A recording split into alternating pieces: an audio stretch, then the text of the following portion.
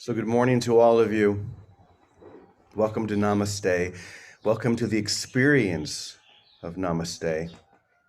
So good to have all of you here at our community in Mexico and all of you around the world. As always, we are so blessed to join in the single extension and intention of Namaste. The willingness to see what is real, to see what is whole, to see what is true, to see the beloved in every moment. So we're going to begin a new week. And as you know, at the beginning of this year, we said that we are going to be diving into the deep end of the pool. We're not going to be playing around with only slightly helpful ideas. We are here only to be truly helpful. We are here to really, truly receive and to offer reality, what is true. And so one of the things we've been doing in that regard is we've been beginning the session with a few different items. We're going to be returning to something I've been writing, which we're calling the Master Teacher Within. And it's the recognition that within each one of us is that whole, that fully realized, enlightened being, because that's all that is. And we are coming into a full recognition of that isness. And so when we hear these words, to be reminded that this is the truth of you speaking to you. This is that master teacher within each one of you, giving you the whole answer. And it's given in an uncompromising way. That's one of the things that's so important about us joining, is that we have to be uncompromising with this. In other words, there's no exception to the rule. There's no other possibility but your wholeness. It is not compromised at all. And if we are as uncompromising with the truth as it is with us, it happens like that. So, that being said, we're going to do a screen share, and I will put today's lesson up here on the page so you all can read it. All of you at Namaste, we don't have our screen up today, so you'll just have to listen. So let's take a deep breath and be willing to receive. The voice you hear is but your own. You have created in your own reflective associations a world that has no reality, no true reality. In your reflective associations. We'll come back to that in a moment. But you're convinced that it does. So you continue to deny who you are by living within the reflection instead of what is being reflected. Living in the reflection means you've disassociated from who you really are, thinking you can hide in the mirror. But you can't hide there forever. Okay, we'll pause there for a moment.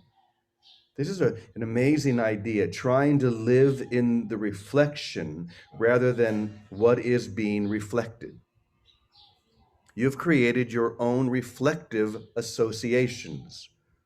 In other words, you've projected outside yourself an infinite number of mirrors. Every person is nothing more than a mirror that you then see yourself. You don't see them. You think you're seeing another person. I think I'm seeing Jeff or anyone else. But what I'm really seeing is my own reflection that I'm projecting onto this mirror so that I can avoid who I am, the truth of who I am. So I become the reflection rather than what is being reflected.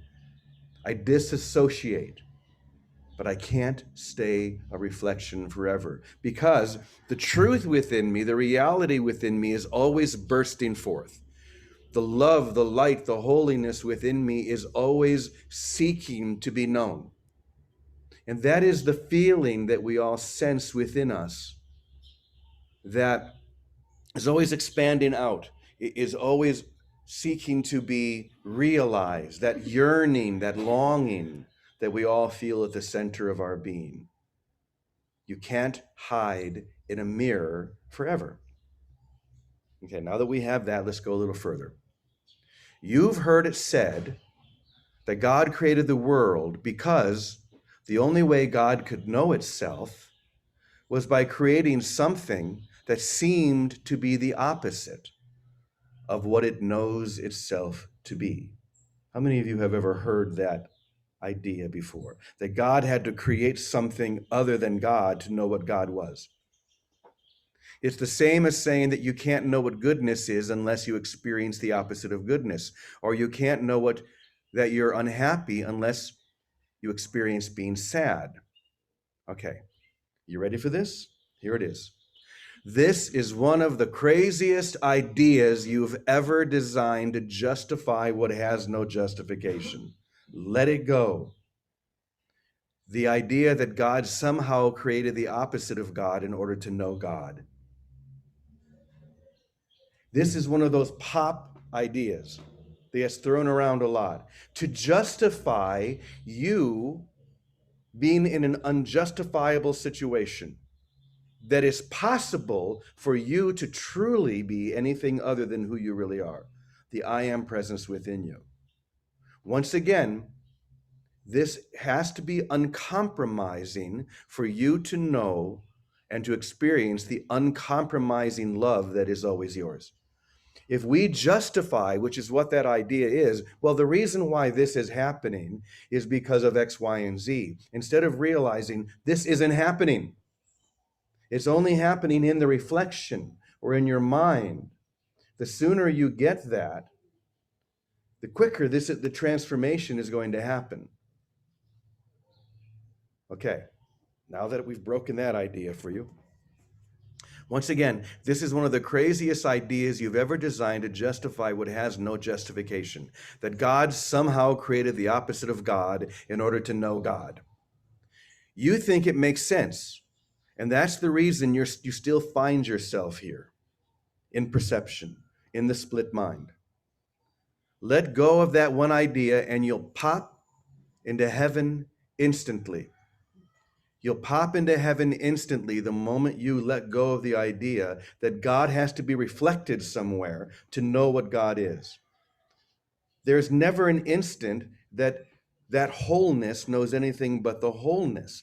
I'm the one that has projected myself out into split reality associations, thinking I've done something, when the truth is I've done nothing. Let go of that one idea and you'll pop into heaven instantly. But you don't want to do that because it requires you giving up the idea of two. You're very comfortable with the concept of two, but very frightened of the reality of one. So, it's time to stop playing games with ourselves. We can play this game forever if we want. The disassociation or the projection of my guilt thought idea of split reality onto all the mirrors that I project outward. And I can choose to do that for what seems like forever, but it's not forever because it never really was at all. Once again, this must be uncompromising or it's nothing. That's why I love A Course in Miracles, because it is uncompromising within this. The world you think you see is not the real world. Now, you can come up with all sorts of justifications of why this might be real or why that. What would happen if you just held still within that? And instead of trying to project it out or to justify it in some way, consider the possibility that what is being expressed there is not simply an idea, but the truth. If you were uncompromising with that, once again, what it says here is the instant you did that, you would pop into heaven. You would know who you are. You would see that everywhere. So we, as the extension of the love and the loveliness of God, as teachers of God, we are only fulfilling our purpose if we hold this ourselves and then allow only this vibration, only this frequency. We don't hold back anymore. We don't justify what is wholly unjustifiable. So I'm hitting you with the big one on Monday morning. I know that. But why not? We're not here to play in the shallow end of the pool anymore. We're not here to play with toys. We're here to go home. We're here to realize we never left home. If that's what you want, you're in the right place. If you still want to play with those toys and play with the concepts, that's okay. You can still do that. There's no judgment. You'll just be here for another couple thousand years. I say, why not now? Why not this moment? So I know a couple of people who know that it's this moment, and that's Vicky and Teddy. So I'm gonna let them riff on this reality for a moment or two. Vicky, let's start with you. Good morning to you. Good morning, Jimmy. Welcome back. We missed you yesterday. We missed everyone over there yesterday. Anyway, so you know what occurs to me? It's very simple. What happens is we are habituated to dealing with reflections. We live in a reflected world by living externally. And instead of, and this is the moment always of right now, instead of dealing and engaging and responding to what we see of the images reflected, if we stop a moment and ask, who are you? What are you? Right now, to a brother, to ourselves, to a leaf on a tree, to an animal, to my cat. If I disengage from the dissociated being and look and just open to the truth of being and join with that, love that, be open and ask, well, what are you if you're not this image? I'm sitting here with my cat. If you're not an image, a reflected separate little being of a cat, who are you? And in that openness, wonder opens up inside of us and presence opens up inside of us and joins with everything, because everything is already that. So instead of just identifying everything as the dissociated reflection, just stop a moment and join with, well, and open to who and what are you, and let it be shown to us. Everything is shown when our minds are receptive and open, because it's our natural state to begin with. So there's no work to get there. It's just, instead of taking for granted that we are the externals, say, oh no, what are you? That just that little opening right now, just stay in right now. That's all I have today. It's beautiful. Well, all you have today is all we need, because that's all there is. Yes, this idea ultimately just becomes everything is everything, instead of the idea that, which is just an idea, that everything is something and then there's something else. Everything is everything. It's whole. But it begins with me realizing that I don't know in this moment what anything is. And so I ask, I like the playfulness that you express. The innocence is a good word of asking the cat, well, what are you? In other words, I'm always open to discover the deepest reality of what the dog is sitting here, or the cat, or the person. I'm always asking to be shown rather than thinking I already know. That's what the ego does. The ego always speaks first. It says, I already know this, instead of show me. Thank you, Vic. How about you, Teddy? What would you like to share? Well, it's so, I'm a course guy. The nature of the course is to reestablish the power of our own thinking, because it's our thinking that's the problem, not the reflections that we think about. So when we think about the reflections, we're not utilizing the power of our mind to see. we're utilizing the reflection to define, and that's where we go wrong. So the reestablishment of the power of our mind, the thoughts we think are the problem. Therefore, reestablishing the power of our mind establishes the true power back to us so we at least have a choice.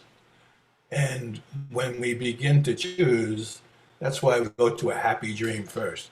When we begin to choose, we begin to utilize our minds to be happy, and joy and happiness are the conditions of our reality.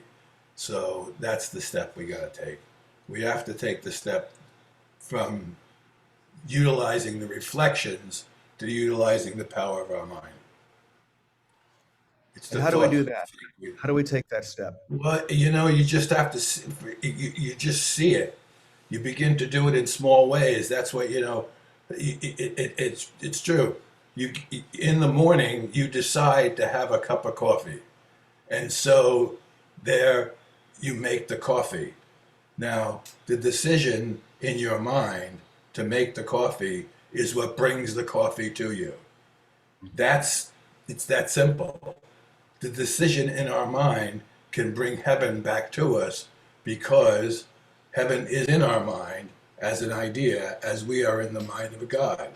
So when we begin to decide everything the way we're already deciding it, but in the recognition of what we desire and what we want. So if we just simply say, okay, what is it I really want? Now make a decision, rather than looking outside and saying, oh, I could have anything out there. Oh, it's frozen. That's what is outside of us. And when we begin to see that, we can see the unlimited nature of our mind and reestablish our power. Hmm. So in other words, heaven is the decision I I must must make. make. Exactly. And if we were to add one word to that, we could add the word single. Heaven is the single decision I must make. And then put the emphasis on the word must. This is what I must do if I'm to experience only that, And, instead of trying to experience everything else. and the good thing is, I know this, it takes a moment to experience this as good.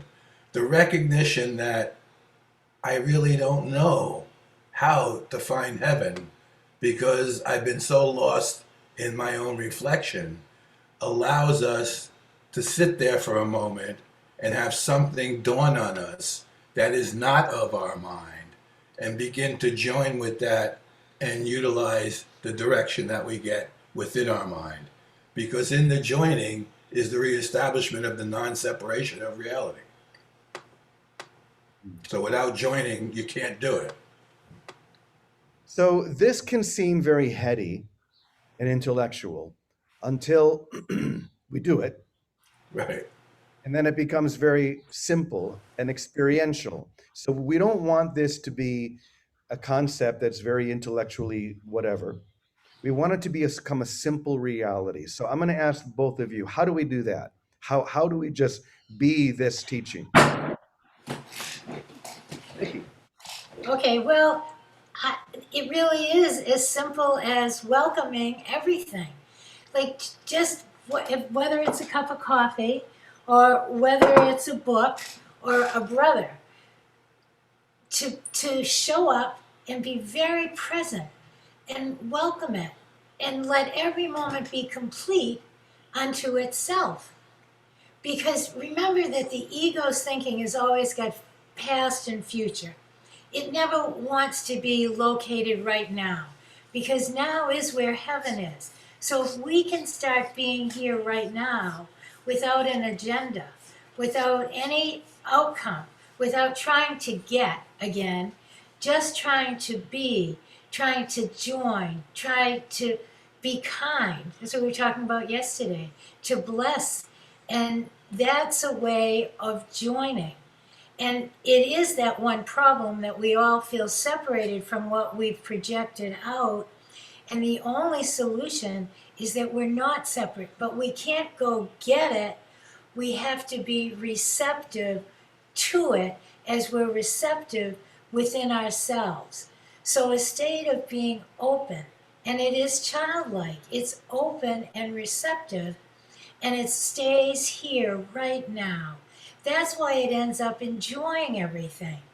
Because when we join with what's really here, all that's here is that field of love.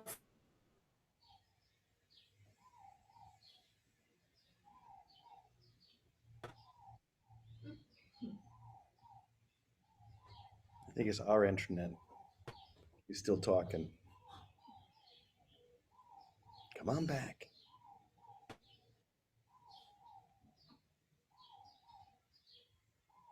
Come on. Let me switch. We establish or reestablish our mind and our life within us, rather than doing something to regain heaven. We need do nothing. And in that instant where we think we need to do something and we choose to do nothing, in that instant is the restoration. Whoa, hold on. Say that again. That was big. Do you remember what you just said? Probably not.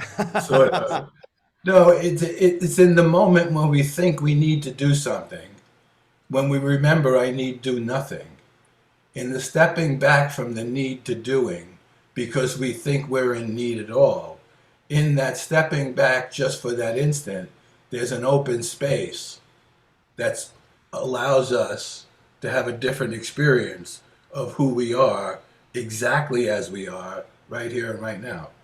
And into that open space is the rebirth of our reality. The reason that's so is because anything we think we need is body identified.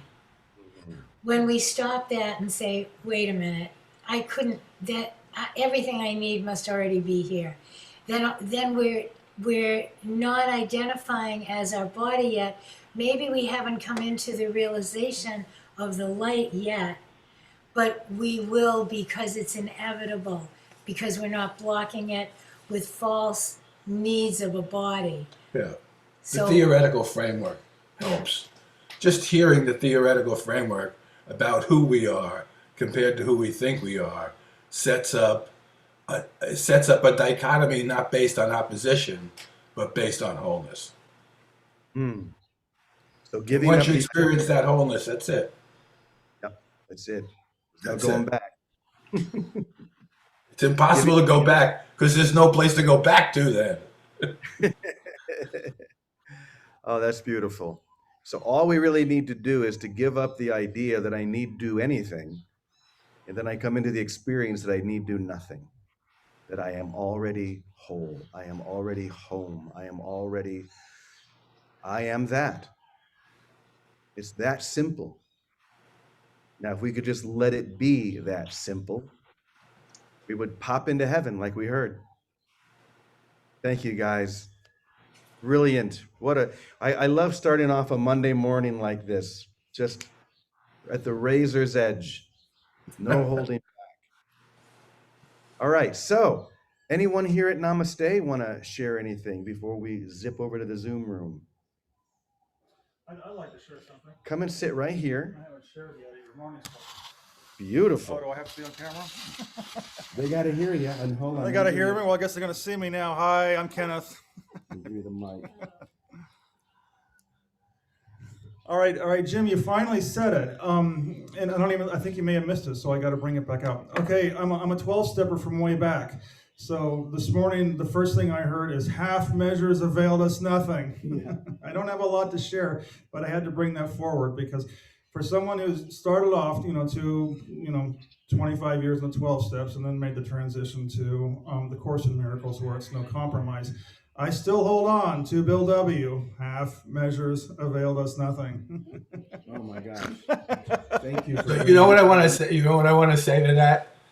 When I started to go to the 12-step program, I used to hear this phrase, if you don't pick up, you can't get high. And that mystified me. I said, wow, that's really deep. If you don't pick up, you can't get high. What does that mean? And all it means is if I don't pick up the drug and put it in my body, I'm not going to get high. It's the power of decision being restored to me in a very practical way. All right, 2 thumbs up. Thanks, Jim. So heaven is the decision I must make. There's no in between there. Full endeavor. Half measures will avail us nothing. Anyone else want to share anything here? Okay, let's zip over to the Zoom room. One moment.